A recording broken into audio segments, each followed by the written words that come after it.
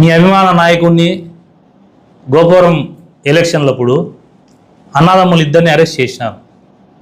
ఆ రోజు TDP party ఇన్ఛార్జిగా నేనున్నా.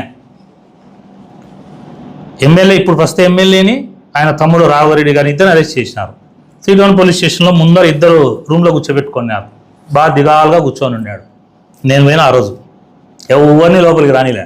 నేను పోయినా, కనీసం లోపల వాటర్ బాటిల్ కూడా ఇలే వాళ్ళకి. నేను సిఐతో కొట్లాడి, ఏందయ్యా తమాషా పడుతున్నారా, మీరేమన్నా వాటర్ బాటిల్ ఇస్తారయ్యారంటే అప్పుడు నేను వాటర్ బాటిల్ తెప్పించి లోపల ఇచ్చిన. నేను కూడా కూర్చొని గంట సేపు మాట్లాడినా ఆయనతో పాటు. ఆ నుంచి నేను గవర్నమెంట్ హాస్టల్ కూడా పోయినా. ఏదిరా నాయన, 30,000 మంది సైన్యం ఏడిపోయినారా నాయన?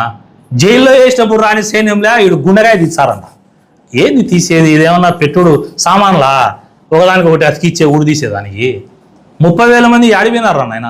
ఆ రోజు మరి 30,000 మంది కష్టాల్లో ఉన్నప్పుడే రానోళ్ళు ఇంకా దేనికి వస్తారా స్వామి మీకు? 30,000 + 5,000 ఆ రోజు 3 Town పోలీస్ స్టేషన్ మీద పడి ఉంటే స్టేషనే లేదు కదరా నాయన. అరెస్టు లేదు, స్టేషన్ లేదు. 30,000 మంది అడ్డం పండుకుంటే 30,000 మందిని తొలగించాలంటే 30,000 మంది పోలీసులు కావాలి కదా. మరి 30,000 మంది పోలీసులు రావాలంటే సగము రాష్ట్రంలో ఉండే పోలీసులు ఇతర రాష్ట్రాల నుంచి పిలిపియాలా? దిక్కు దివానం లేరు. బోనం గురివిరెడ్డి, ఆ రోజు ఉండే వ్యక్తులు, మాజీ ఎమ్మెల్సీ బచ్చల పుల్లయ్య గారు, ఆసం రఘురామరెడ్డి అన్న, 5 మంది నేరం. పేరుడే ఎత్తాను నేను. లేదు అరెస్ట్ చేసిన విజువల్స్ ఎవరన్నా ఉంటే మీడియా వాళ్ళు తీయండి.